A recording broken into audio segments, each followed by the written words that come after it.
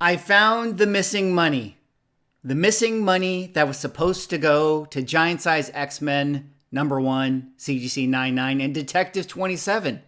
It's still in the collectible market. It just went to books.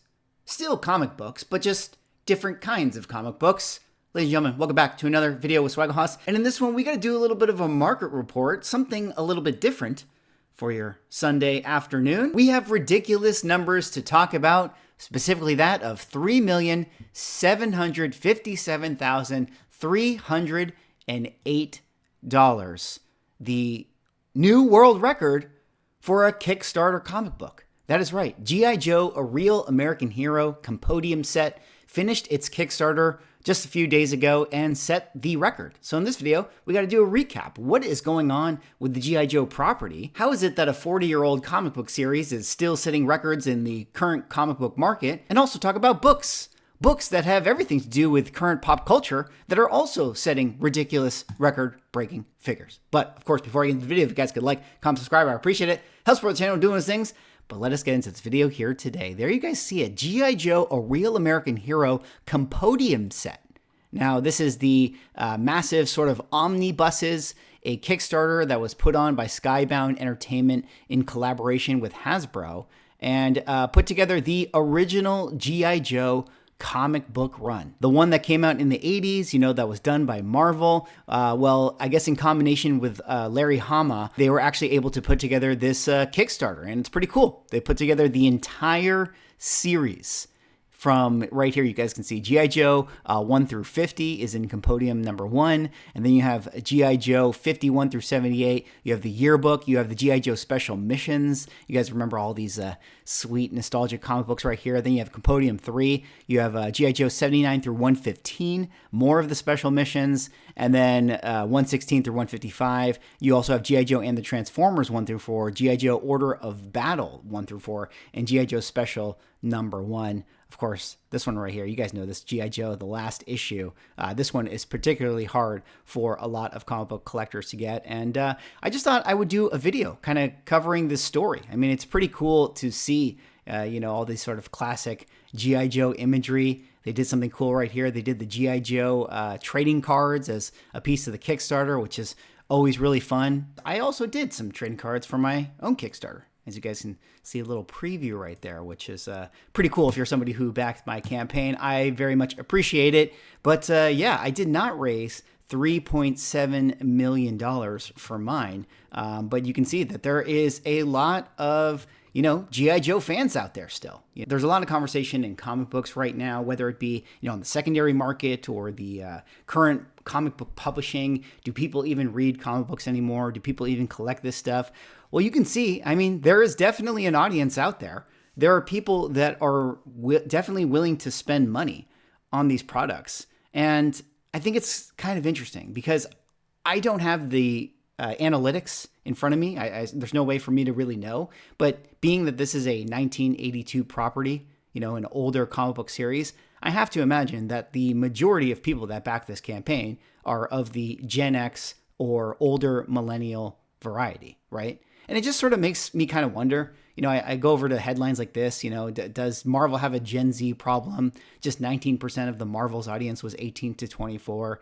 And this has been sort of a conversation with a lot of the Disney stuff and Marvel Publishing or DC Comics, constantly trying to, you know, appeal to the younger crowd and the younger generation. And, you know, as somebody who has worked in the creative field for, 20 years now, you know, you talk to a lot of marketing people. They're so concerned with capturing, you know, the youth demographic is always the most important.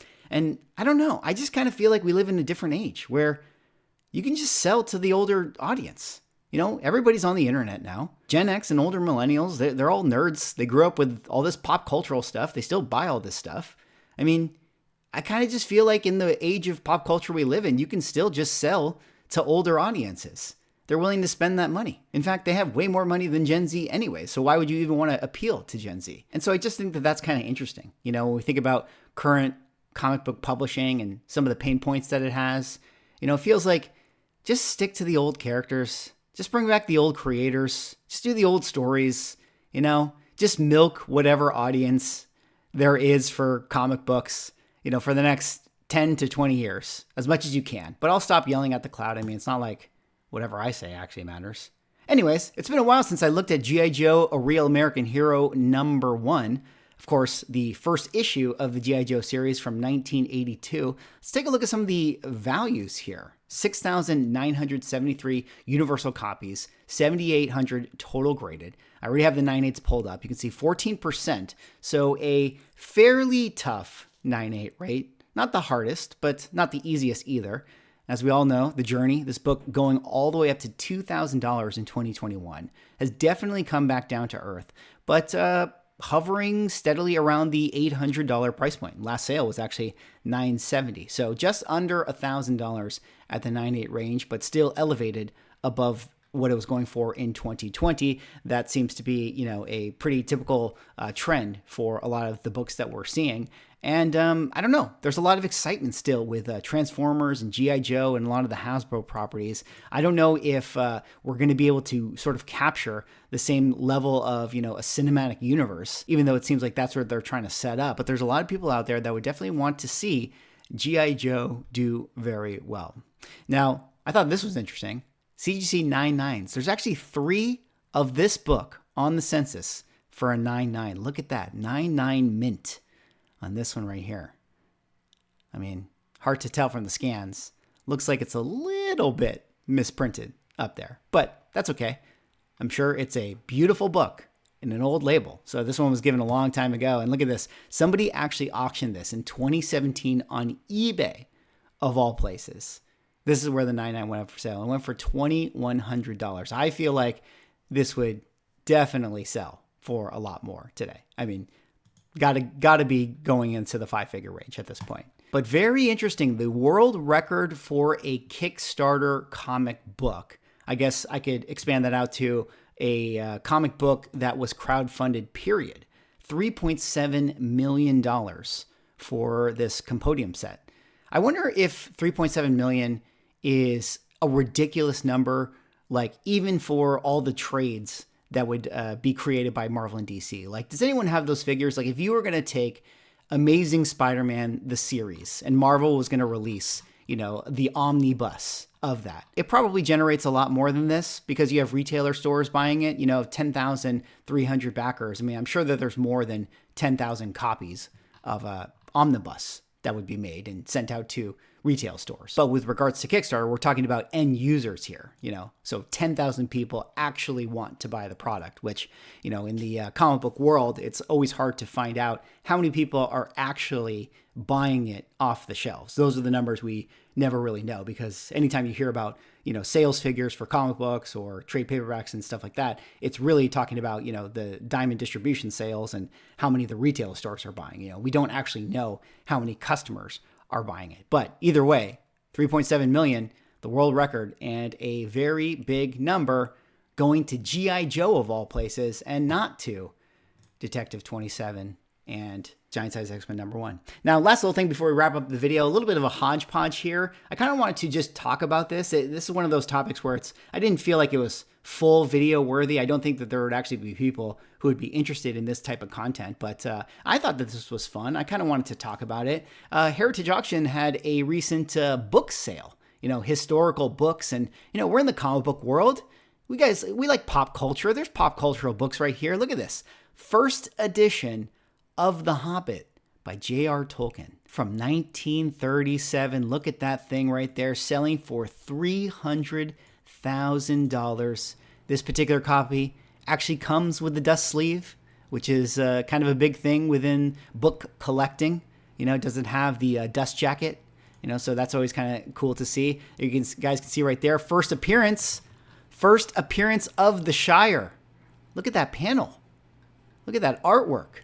Incredible book right there, 1937. Let's see, does it actually say how many are on the census?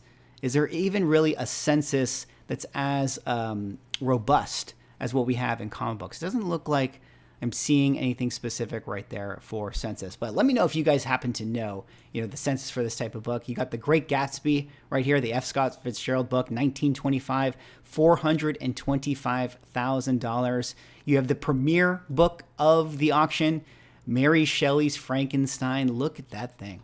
Look at how cool that is. $843,750 for those 3 books to sit on your shelf. I mean, that's a pretty cool status item to have in your office or your collector room.